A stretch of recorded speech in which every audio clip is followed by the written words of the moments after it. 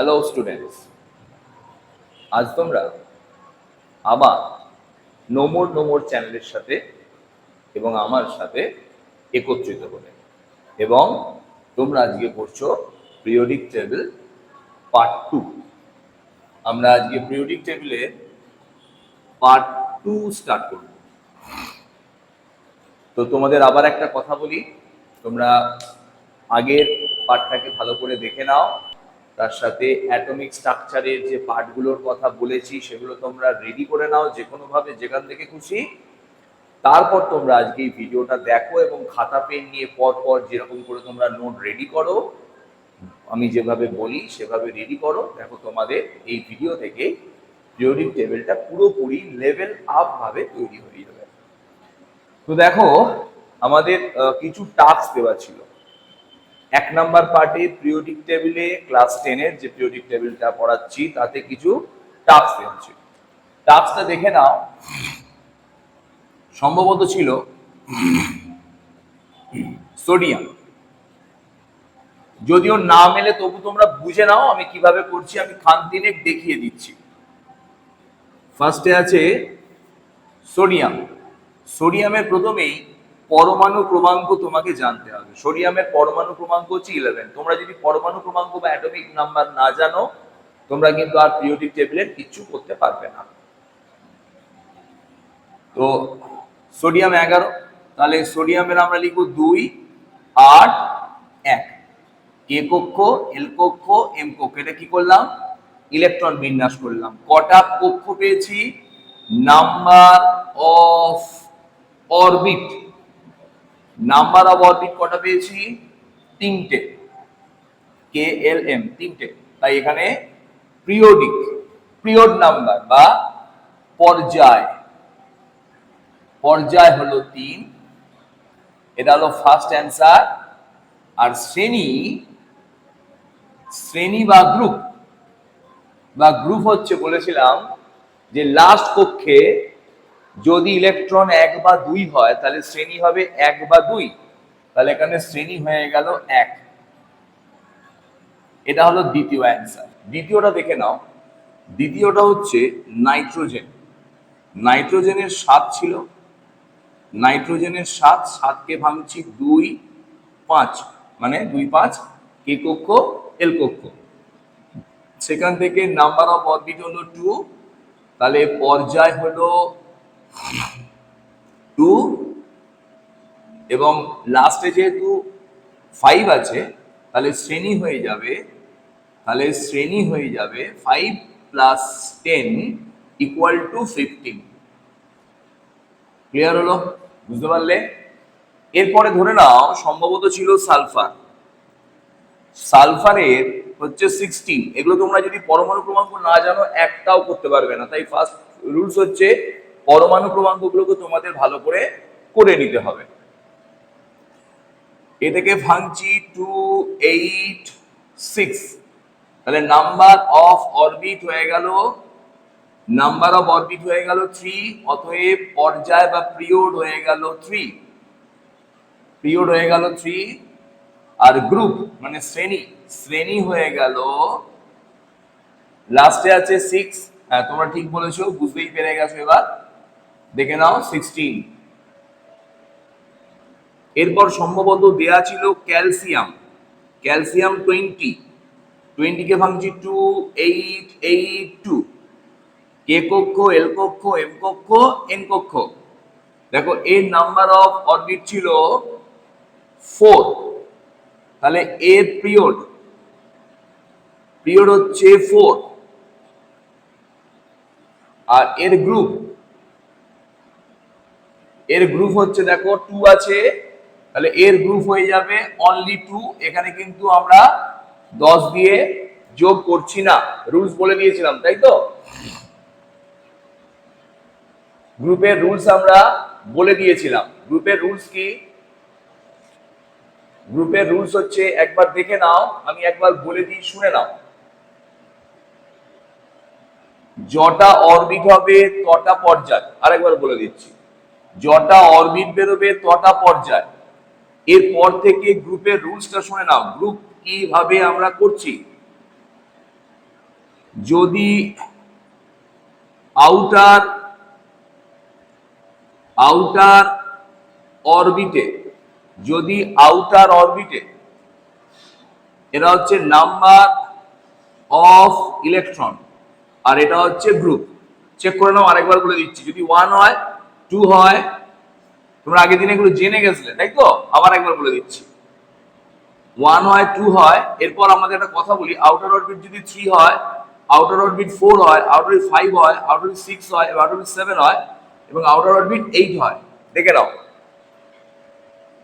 Outer orbit 1 হলে group 1, outer orbit 2 হলে group 2, outer orbit 3 হলে আমরা এখান থেকে স্টার্ট করছি 3 + 10 = 13।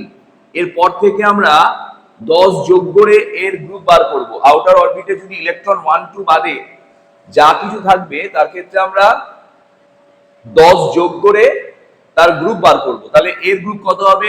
10 + 4 = 14, এর হবে 15, এর হবে 16, এর হবে 17 এবং এর হবে 18। বুঝে গেল? তাহলে বাইরের কক্ষের ইলেকট্রনগুলি, আউটার অরবিট বা বাইরের কক্ষের যে ইলেকট্রন, সেই ইলেকট্রনগুলি দেখে আমরা সহজেই এর গ্রুপ বার করে ফেলতে পারলাম। আচ্ছা, তো তোমাদের বাকিগুলো আমি জানি না আর কি দেওয়া ছিল, মনে নেই। তোমরা ক্লোরিনটা করিয়ে দিয়েছিলাম, বাকিগুলো টাস্ক দেওয়া ছিল, তোমরা একবার দেখে নেবে। আর ধরো অ্যালুমিনিয়াম দেওয়া আছে, অ্যালুমিনিয়ামের কি করে হবে করে দাও তো দেখি। অ্যালুমিনিয়াম 13 বা যদি দেওয়া থাকে মিলিয়ে নাও। এটা 2 8 3, নাম্বার অফ অরবিট 3, অতএব পর্যায় হয়ে যাবে 3 এবং শ্রেণী হয়ে যাবে 3 আছে, তাহলে শ্রেণী হবে 13। একটা ছোট্ট টোটকা বলে রাখি, খুব মন দিয়ে শুনে নাও। আমাদের সিলেবাসে গ্রুপ আছে 1 2, এরপর 3 থেকে 12 পর্যন্ত আমাদের এই গ্রুপগুলো নেই। 1 আছে, 2 আছে, 3 থেকে 12 মানে 3 4 5 6 10 11 12 পর্যন্ত গ্রুপ আমাদের নেই। এবার আমাদের গ্রুপ আছে 13 14 15 16 17 and 18। এই গ্রুপগুলো আমাদের আছে, এই গ্রুপগুলো আমাদের আছে, কিন্তু 3 থেকে 12 পর্যন্ত গ্রুপ আমাদের নেই। তার মানে আমাদের সিলেবাস ভিত্তিক যদি গ্রুপেতে কখনো 3 থেকে 12 এর মধ্যে কোনো গ্রুপ চলে আসে বা শ্রেণী চলে আসে, তাহলে আমরা বুঝে নেবো যে আমাদের কিছু ভুল হচ্ছে। আজকে একটা ছোট্ট ট্রিক শেখাই, দেখে নাও, যেটা বলা হয় ভ্যালেন্সি, মানে যোজ্যতা। যোজ্যতাটা একবার তোমরা দেখে নাও। কোন মৌলের আমরা পিরিয়ডিক টেবিলে পজিশন তো বার করতে শিখে গেলাম, অর্থাৎ অবস্থান তো বার করতে পেরিয়ে গেলাম। যোজ্যতা কি করে বার করব? না, যোজ্যতা দিয়ে কি হবে স্যার? না, যোজ্যতা দিয়ে এর পরবর্তীকালে আমরা যখন রাসায়নিক বন্ধন করব, তাহলে তার যৌগগুলো কি ধরনের সংকেত তৈরি করবে সেগুলো জানতে পারবো। যেগুলো আমরা 7 8 9-এ যোজ্যতা মুখস্থ করতাম, কিন্তু আজকে আমরা যোজ্যতা এখানে বার করা শিখিয়ে দিচ্ছি। যোজ্যতা শেখার জন্য একটা রুলস লেখাচ্ছি, তোমরা লিখে নাও। যোজ্যতা শেখার জন্য একটা ছোট্ট রুলস লেখাচ্ছি। প্রথমে লেখাচ্ছি, কাজ করি না, বৈশকক্ষ লিখছি না, আমরা লিখছি শ্রেণী। সব থেকে বেস্ট, আগে শ্রেণী বার করে নাও। শ্রেণী 1, শ্রেণী 2, শ্রেণী আমাদের 3 কিন্তু নেই, শ্রেণী এরপর 13 14 15 16, আমি ছোট্ট করে লিখছি 17 আর ছোট্ট করে দিলাম 18। তোমাদের যদি না আসে তোমরা আমার মুখের কথায় বুঝে বুঝে লিখে নিও, হয়তো তলাটা কেটে গেলেও কেটে যেতে পারে। 17 আর 18 দেখে নাও। যদি শ্রেণী 1 এবং 2 হয়, তাহলে যোজ্যতা হবে শ্রেণীর সাথে মিলিয়ে মিলিয়ে 1 এবং 2, কারো কিছু অসুবিধা নেই। যদি শ্রেণী 13 হয়, তাহলে দেখো এখানে কিন্তু যোজ্যতা 13 হবে না, এরপর থেকে আমরা যোজ্যতা বার করতে গেলে 13 হলে যোজ্যতা হবে 3, 13 হলে যোজ্যতা হবে 3। এই 14 থেকে 18 পর্যন্ত আমরা 18 থেকে বিয়োগ করব। কিরকম? 18 minus 14 equal to 4, 18 minus 15 equal to 3, 18 minus 16 equal to 2, 18 minus 17 equal to 1, 18 minus 18 equal to 0। তার মানে গ্রুপ 18 এ যারা থাকবে তাদের যোজ্যতা নেই, তাদের যোজ্যতা 0, তাই তারা সাধারণত কোনো মৌলের সঙ্গে যুক্ত হয় না। যদিও জেনন বিভিন্ন ধরনের যৌগ বর্তমানে দেখা গেছে গঠন করে তার একটা স্পেশাল ফিচার্সের জন্য। তার মানে নিষ্ক্রিয় মৌলগুলোর সাধারণত যোজ্যতা 0, তাই তারা কোনো মৌলের সঙ্গে যুক্ত হতে চায় না। তাহলে যোজ্যতা কিভাবে বার করতে হলো বুঝে গেলাম। 1, 2, 13 থাকলে 1, 2, 3 যোজ্যতা। এরপর 14 থেকে 18 পর্যন্ত যোজ্যতা হবে 18 থেকে বিয়োগ করে। তাহলে আমরা এখান থেকে যোজ্যতা যদি বার করতে চাই, তাহলে তোমরা এখানে যোজ্যতা গুলো দেখো তো, আগের ক্ষেত্রে যে যোজ্যতা গুলো করেছিলে পারো কিনা। দেখো শ্রেণী 1, তাহলে আমরা প্রথমে হেডিং করছি এখানে যোজ্যতা, যোজ্যতা হেডিং করে দিলাম, তাই তো? যোজ্যতাতে এর যোজ্যতা কত হবে? 1 হবে। আচ্ছা, এর যোজ্যতা কত হবে? 5 থাকলে 18 মাইনাস 15 ইকুয়াল টু 3। এর কত হবে? 18 মাইনাস 16 ইকুয়াল টু 2। এর কত হবে? 18 মাইনাস 2 ইকুয়াল টু 16। না, আরে 1, 2, 13 থাকলে 1, 2, 3 ভ্যালেন্সি, তাহলে এর যোজ্যতা হবে 2। এইভাবে দেখো তোমরা সমস্ত মৌলের যোজ্যতা বার করেছো এবং এর গ্রুপ যেহেতু 13 অ্যালুমিনিয়ামের, তাহলে এর যোজ্যতা হয়ে যাবে কিন্তু ভ্যালেন্সি 3। দেখো ভ্যালেন্সি গুলো কালারটা চেঞ্জ করে দিয়েছি, বুঝতে তোমাদের সুবিধা হবে। এসো এবার, তাহলে এখানটা বুঝে গেলাম। তাহলে ভ্যালেন্সি আমরা শিখে গেলাম। একটা ছোট্ট জিনিস আমি ফার্স্টে হেডিং করছি, তোমরা লিখে নাও। আমি হেডিংটা করি, তারপর বোর্ডটা মুছবো, পরেরটাতে যাচ্ছি। আজকে যেটা করাচ্ছি সেটা প্রচন্ড স্টার, তার মানে তোমরা 1 থেকে 20 পর্যন্ত অ্যাটমিক নাম্বার 1 থেকে 20 পর্যন্ত আমাদের সিলেবাসে আছে। সেই অনুসারে তোমরা প্রত্যেকটা মৌলের পর্যায় সারণীতে অবস্থান এবং এদের যোজ্যতা পারবে। তাহলে আমরা আজকে চলে আসছি,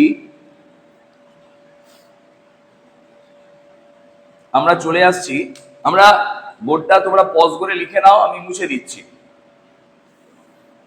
আমরা আজকে ডাইরেক্ট চলে আসছি মেন্ডেলিভের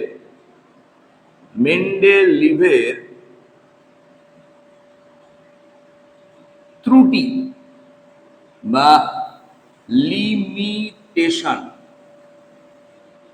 মেন্ডেলিভের ত্রুটি বা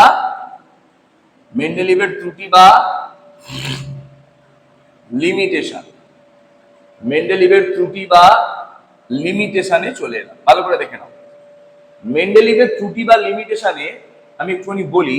মেন্ডেলিভের মূল যে বক্তব্য, ওনার বক্তব্য ছিল যে পর্যায় সারণী কোনো একটি ঘরে একটি মাত্র মৌল থাকবে এবং ভিন্ন ভিন্ন ঘরে যে মৌলগুলো থাকবে সেই মৌলগুলো ভিন্ন ভিন্ন হবে এবং তাদের পারমাণবিক গুরুত্ব বা পারমাণবিক ভর আলাদা আলাদা হবে, এটা তিনি বলেছিলেন। তার মানে এক ঘরে যে লোকগুলো থাকবে সেগুলো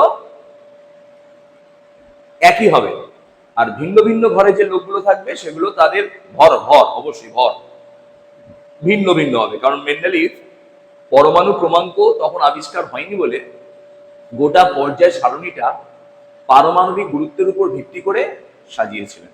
ঠিক আছে, দেখো 1 নাম্বার ত্রুটিতে চলে এলাম। ত্রুটি 1, আইসোটোপ আবিষ্কার।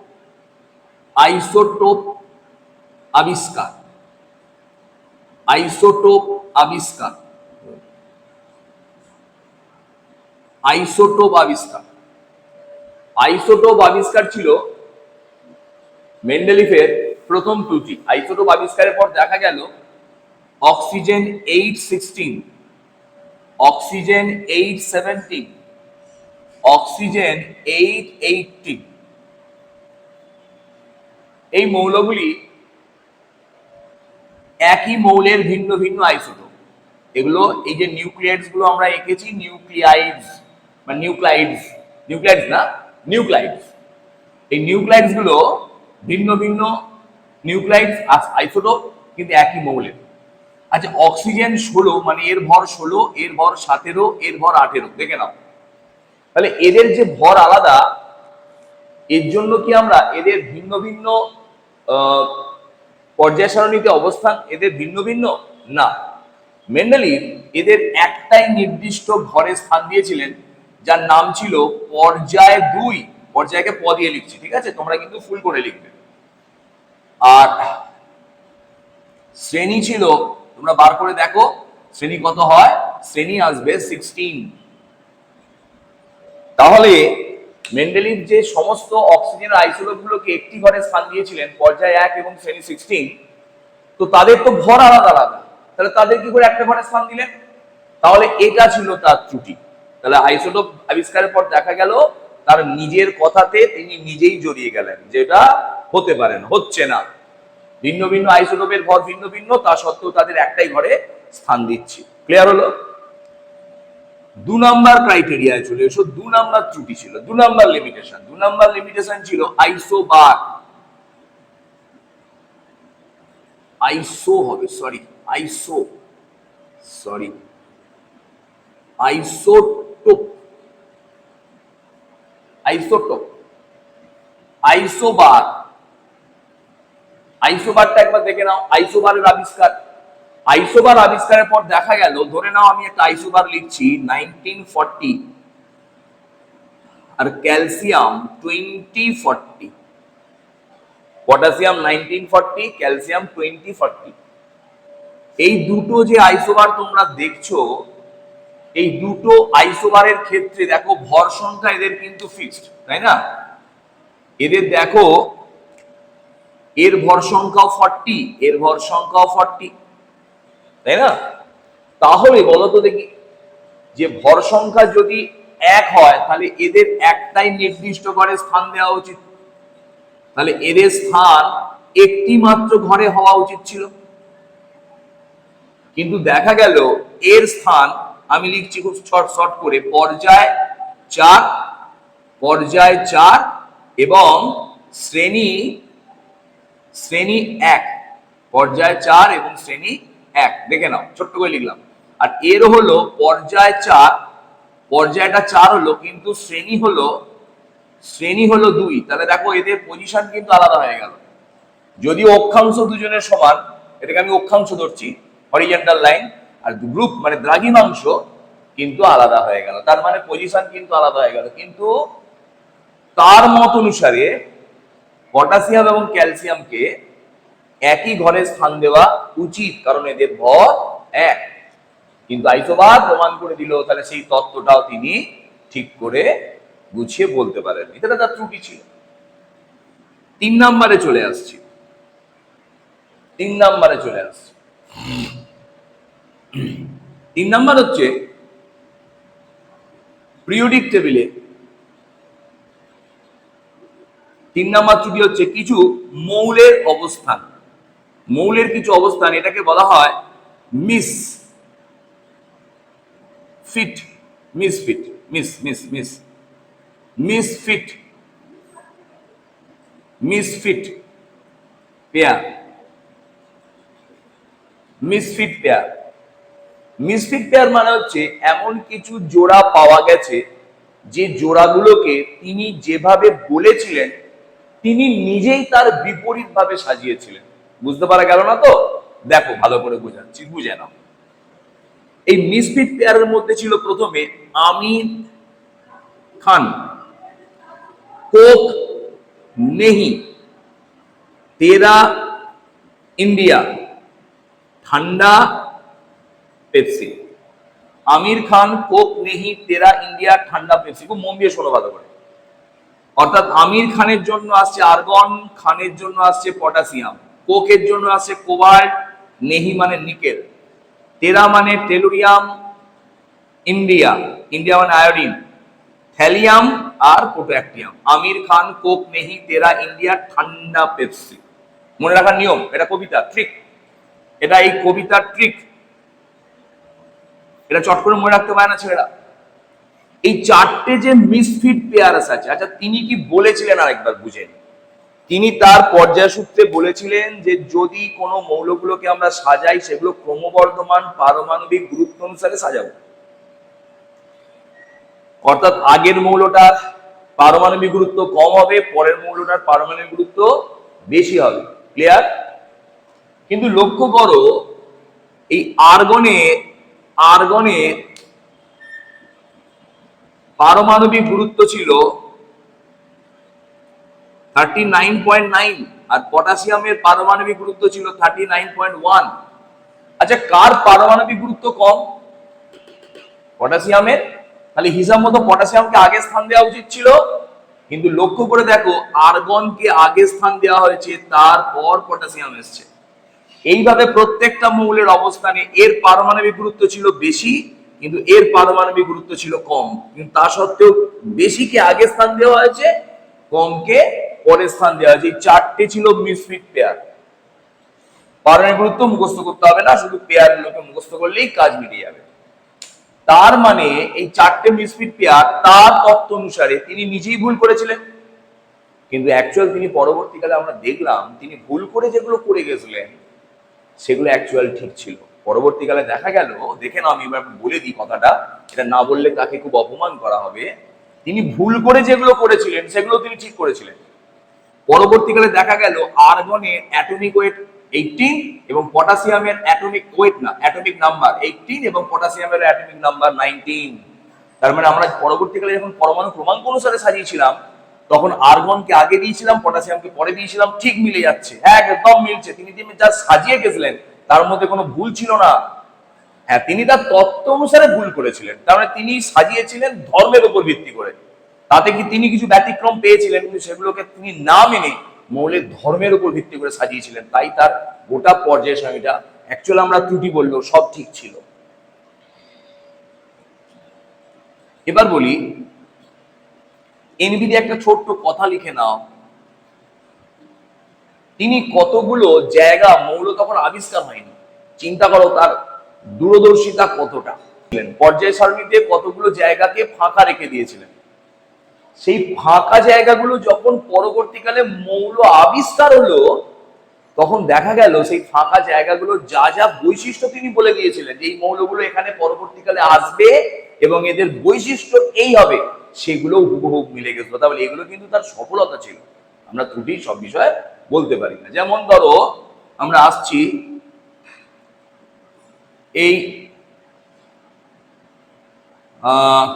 এনবিটার মধ্যে, যেমন তিনি বলেছিলেন একা বোরন, নামগুলো একবার দেখে নাও। একা বোরন, তিনি একটা ফাঁকা জায়গা রেখেছিলেন, নাম বলেছিলেন একা বোরন, এখানে কেউ এলে তার আবিষ্কার হবে। একা বোরন, একা অ্যালুমিনিয়াম,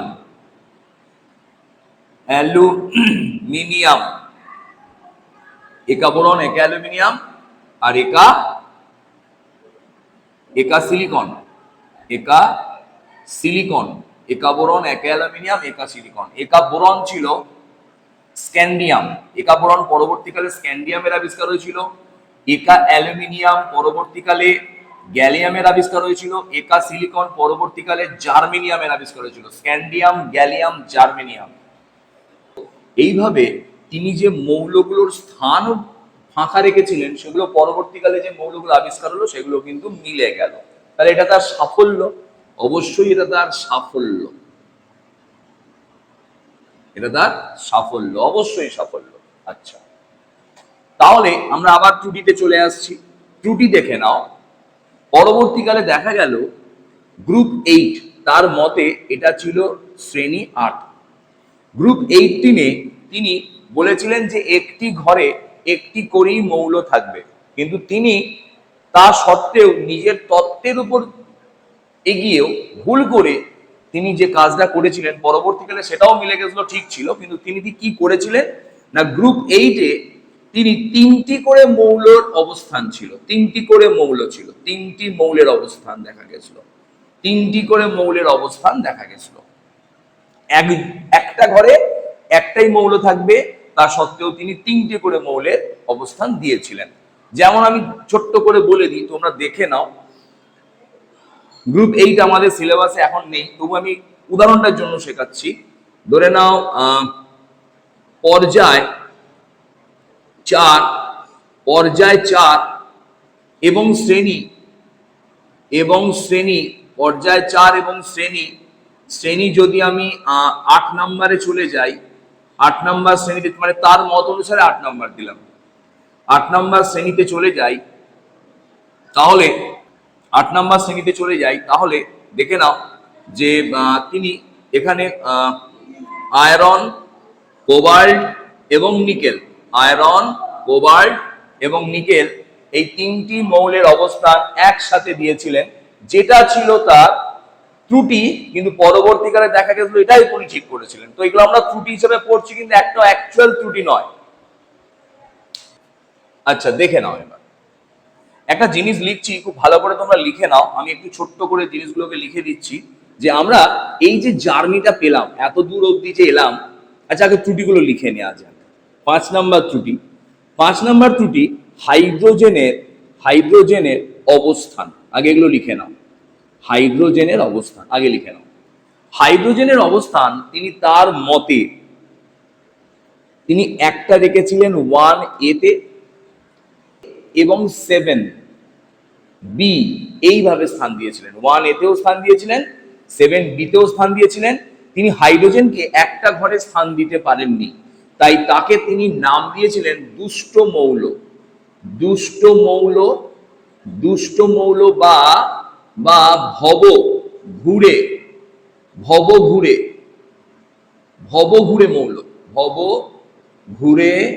মৌল।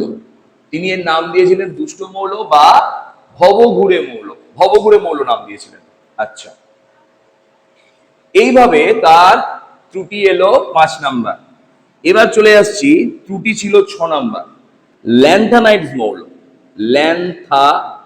ল্যান্থানয়েডস নাইডসও লেখা যায়, নয়েডসও লেখা যায়, NOIDES, ল্যান্থানয়েডস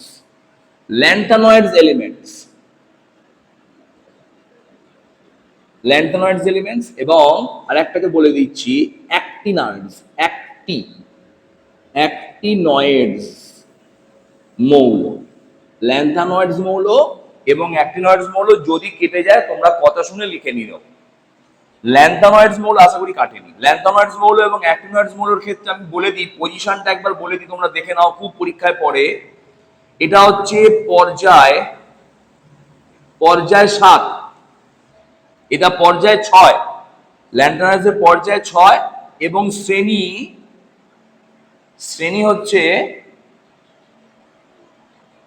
হচ্ছে আমরা যদি মেন্ডেলিফের মত অনুসারে যাই, তাহলে তো আমরা মেন্ডেলিফে যাচ্ছি না, আমরা ইউপ্যাকে চলে যাচ্ছি।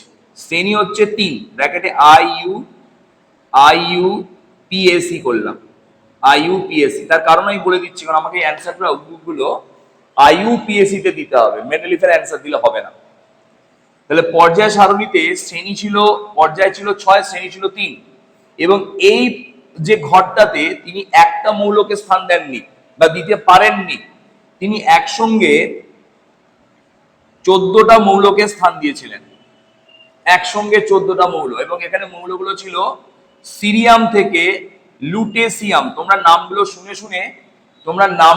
শুনে নামগুলো লিখে নাও। সিরিয়াম থেকে লুটেসিয়াম, এই 14টা মৌলকে তিনি স্থান দিয়েছিলেন এক্সট্রা ওই ঘরে। এই ঘরে তো ল্যান্থানাম ছিলই, তার সঙ্গে এক্সট্রা 14টি মৌলকে স্থান দিয়েছিলেন। তার মানে ওই 3 নম্বর ঘরেতে অ্যাকচুয়াল 15টা মৌল ছিল। আচ্ছা, এবার চলে আসছি পর্যায় 7 এবং শ্রেণী 3। পর্যায় 7 ও শ্রেণী 3-এ এই মৌলগুলোকে বলা হয় অ্যাক্টিনয়েডস মৌল। এই অ্যাক্টিনয়েডস মৌল আবার বলছি, এটা অবশ্যই ইউপ্যাক পজিশন কি আমরা একটু পরেই বলছি। এখানেও তিনি অতিরিক্ত 14টি মৌলকে স্থান দিয়েছিলেন, অতিরিক্ত 14টি মৌলকে স্থান দিয়েছিলেন। এখানে মৌলগুলো ছিল থোরিয়াম থেকে লরেন্সিয়াম, এই মৌলগুলোকে স্থান দিয়েছিল। কিন্তু এই ঘরে ফার্দার একটা অ্যাক্টিনিয়াম নামক মৌল ছিল। থোরিয়াম থেকে লরেন্সিয়াম পর্যন্ত নাম দিয়েছিলেন এবং ফার্দার এখানে একটা মৌল ছিল। তার মানে প্রত্যেকটা ঘরে অ্যাকচুয়াল অতিরিক্ত 14টা করে মৌল ছিল। ভালো করে ব্যাপারটা বুঝে নাও, অতিরিক্ত 14টা করে মৌল ছিল। এটাও ছিল তার ত্রুটি। তো ত্রুটিগুলো মোটামুটি বলে দিলাম। যদি কোনো জায়গায় কোনো ত্রুটি এরপর যেগুলো আছে সেগুলো খুব মাইনর ত্রুটি, তোমরা একবার পড়ে নিতে পারো। তো তোমরা একটা লিখে নাও, পজ করে আমি মুছে দিচ্ছি।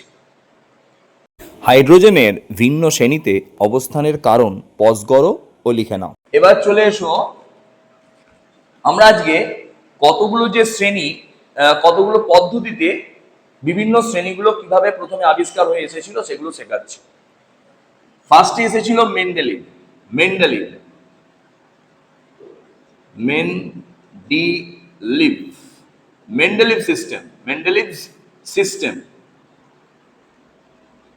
সিস্টেম। দেখো মেন্ডেলিভ সিস্টেমে যে গ্রুপগুলো ছিল, গ্রুপগুলোকে তিনি কিভাবে সাজিয়েছিলেন দেখে নাও। প্রথমে ছিল 1A, তারপর ছিল 2A, তারপর ছিল 3A, তারপর ছিল 4A, 5A, 6A, 7A এবং ফার্দার ছিল 8A। আচ্ছা, 8টাকে আমরা 8 লিখলাম, এ লিখলাম না। অষ্টম শ্রেণীর কোনো উপশ্রেণী ছিল না, 8। তারপর আবার শুরু করছি 1B, 2B। তোমরা এইভাবে নিশ্চয়ই বুঝে গেছো, গোটাটা করে নিও। আচ্ছা আমি করে দিই। 3B, 4B, 5B, 6B, 7B এবং 0 ছিল। ক্যাশ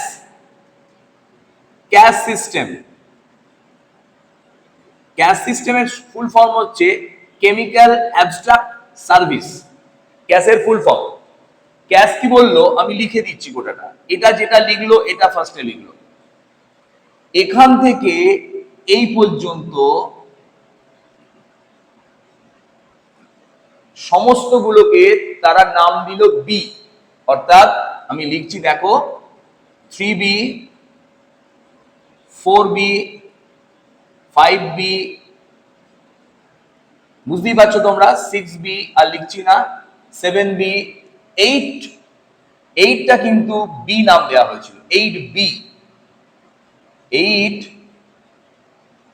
8টা কিন্তু বি নাম দেওয়া হয়েছিল, 8B। তারপর ছিল 1B, তারপর ছিল 2B, মিলে গেল।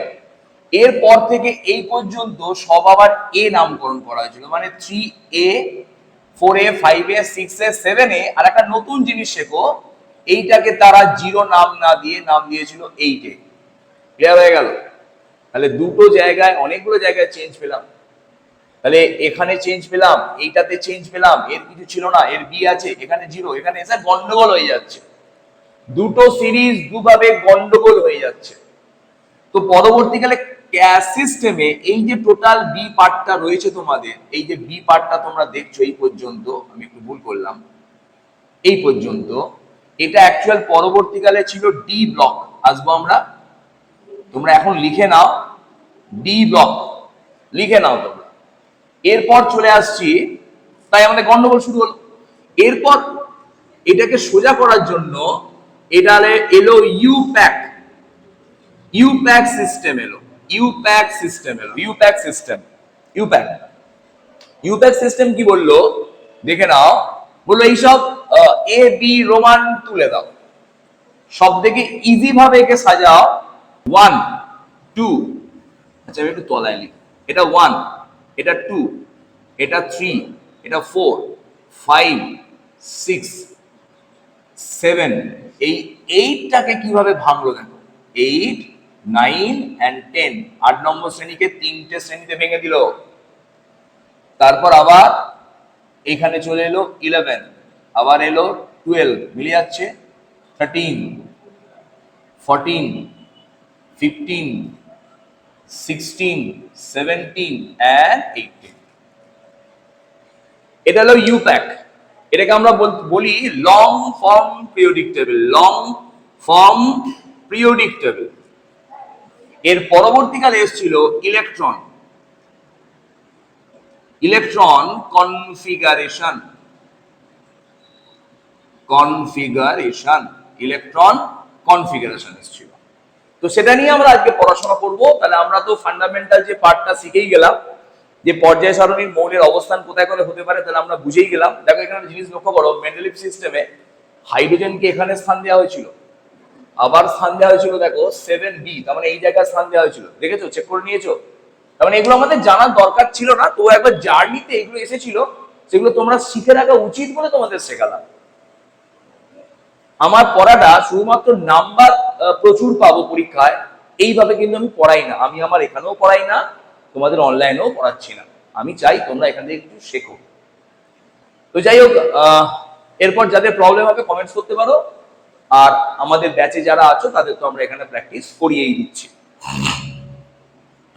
দেখে নাও এবার। তো আমরা আজকে যেটা চলে আসছি, সেটা আমরা আজকে মেন পার্টে আসবো। সেটা হচ্ছে আমরা পর্যায় সারণী অ্যাকচুয়াল তৈরি হলো কিভাবে তার রুলসটা আজকে জানবো। এটা প্রচন্ড ইম্পর্টেন্ট। এইভাবে হয়তো কোথাও হয় না, বা কোনো কোনো জায়গায় হয়। তো তোমরা খুব ভালো করে দেখো এটা।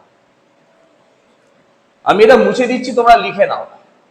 প্রথমে একটা জিনিস বলি, তোমাকে ফার্স্টে পরমাণু গঠন থেকে যেটা বলছিলাম ইলেকট্রন বিন্যাস জানতে হবে। তুমি ইলেকট্রন বিন্যাস জানো না, তুমি কিছু করতে পারবে না। ক্লিয়ার? দেখো কিরকম বলছি। ফার্স্টে আসছে 1s, তারপর 2s, তারপর 2p, তারপর 3s, তারপর 3p। 3dটা একটু পেছিয়ে আসে, 3d পরে আসে, এরপর 4s ঢোকে, তারপর 3d আসে। এইটুকু হলেই আমাদের কাজ হয়ে যায়। তাহলে প্রত্যেকটাতে কটা করে ইলেকট্রন থাকে? এস এ দুটো, এস এ দুটো।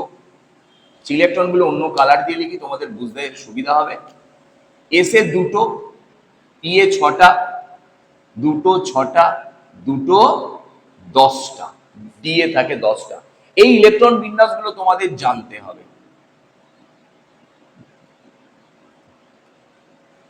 এটা হলো প্রথম কক্ষ, এটা দ্বিতীয় কক্ষ, এটা তৃতীয় কক্ষর সাথে একটা কক্ষ বাইরে চলে গেছে একটুখানি পার্ট,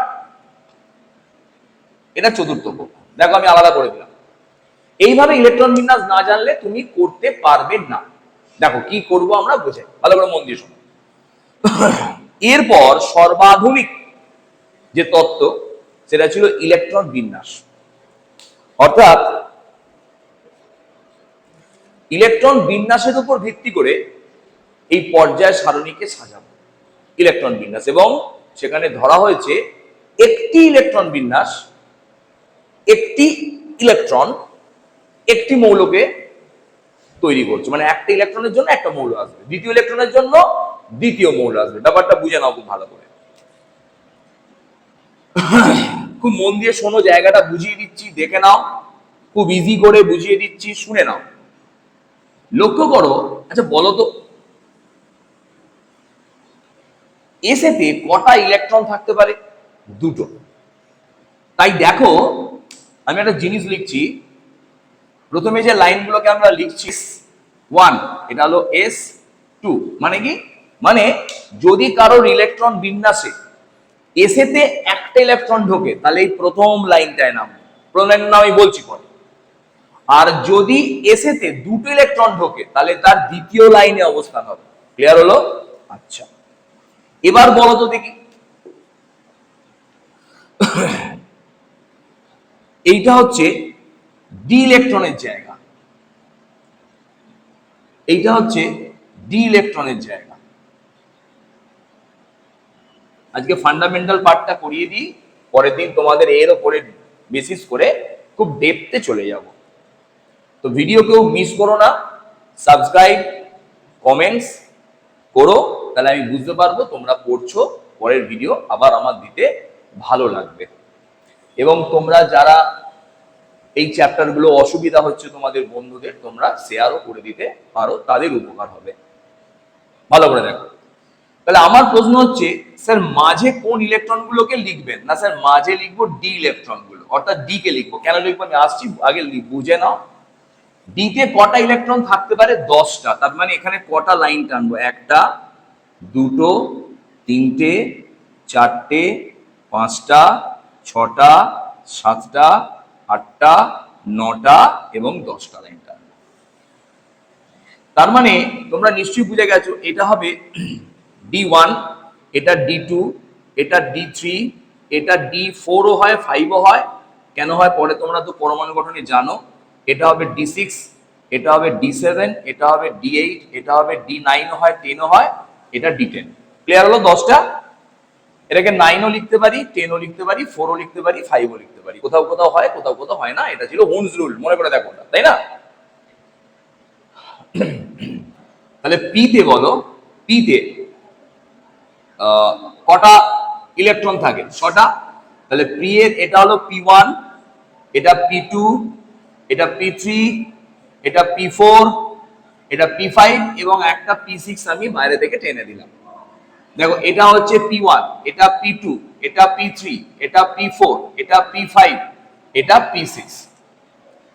এইভাবে দেখো পর্যায় সারণী কিন্তু আমাদের একটা প্রাইমারি স্ট্রাকচার তৈরি হয়ে গেল। অর্থাৎ পর্যায় সারণীতে দেখো, লক্ষ্য করো মোট কটা শ্রেণী আছে চেক করো। দেখো আমি এখানটা একটু মুছে দিচ্ছি, এখানটা আমি মুছে দিচ্ছি আমার লেখার সুবিধার জন্য। দেখে নাও, পর্যায় সারণীতে দেখো, লক্ষ্য করো এই S1 এ যে ইলেকট্রন, S1 এতে যে মৌলটা ঢুকবে তার নাম ইউপ্যাক সিস্টেম দিল 1, এটা 2, 3, 4, 5, 6, 7, 8, 9, 10, 11 এবং 12। দেখো লক্ষ্য করো, আমাদের এইখান থেকে এই পর্যন্ত সিলেবাসে নেই, এখান থেকে এই পর্যন্ত কিন্তু আমাদের সিলেবাসে নেই। খুব ভালো করে বুঝে নাও, এখান থেকে এই পর্যন্ত কিন্তু আমাদের সিলেবাসে নেই।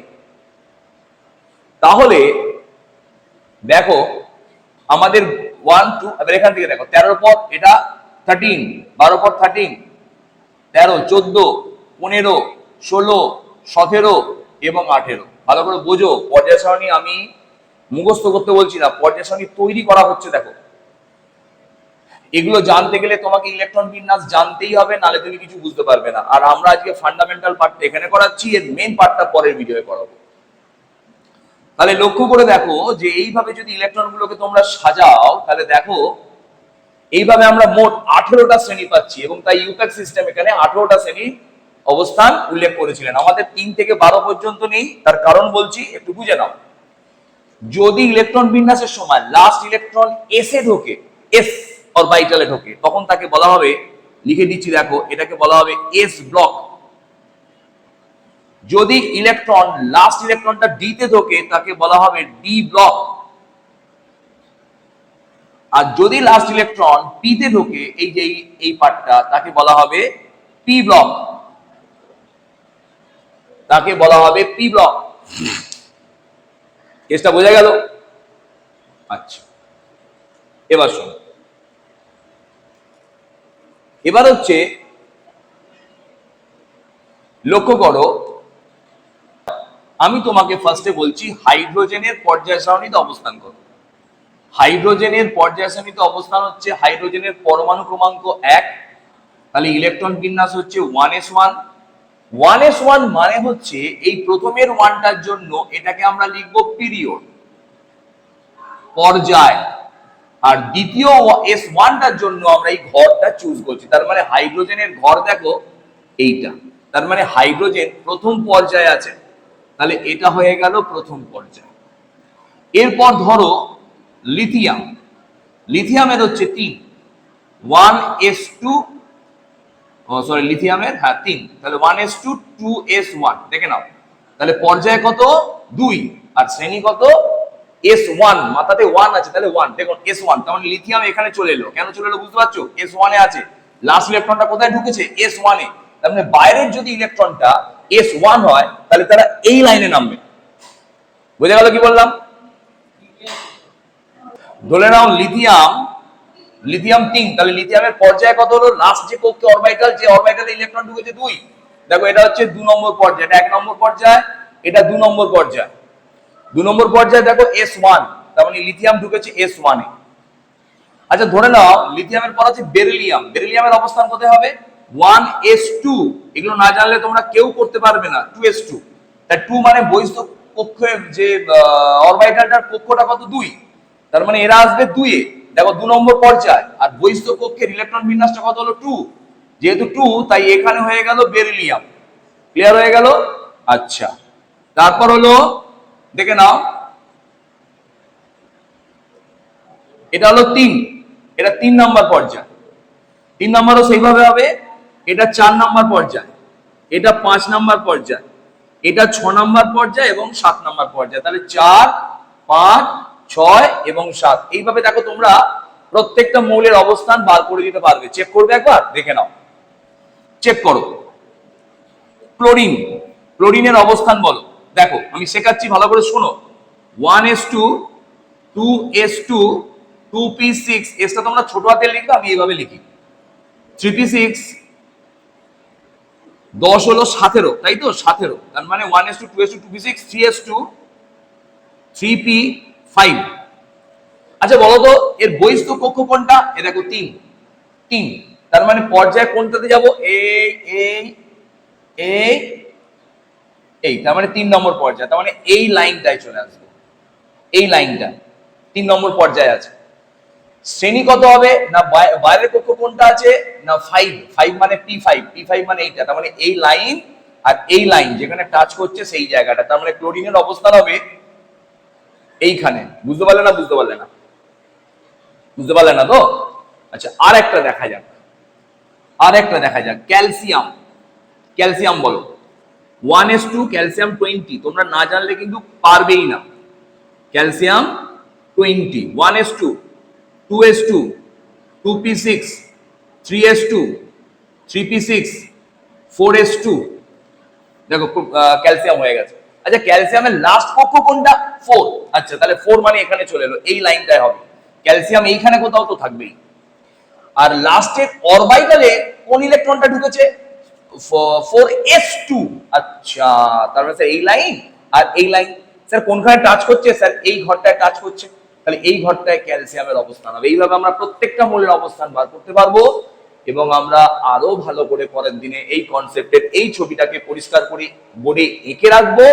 তারপর তোমাদের আবার এর যে নতুন ভাবে যে পর্যায় সারণীটা তৈরি করা হয়েছে, কিভাবে হয়েছে, আমার পর্যায় সারণী কিন্তু আমরা মুখস্থ করি, কিন্তু আজকে আমি শেখালাম দেখো পর্যায় সারণী তৈরি করা হয়ে গেল। কিভাবে পর্যায় সারণী 18টা শ্রেণী পাওয়া যায়, তার মানে এস ব্লকে 2টো শ্রেণী, ডি ব্লকে 10টা শ্রেণী, পি ব্লকে 6টা শ্রেণী, মোট যোগ করো দেখো 18টা শ্রেণী হয়ে গেছে। কিভাবে 18টা শ্রেণী আসছে নিশ্চয়ই বুঝিয়ে দিলাম, খুব ভালো করে মন দিয়ে পড়ো।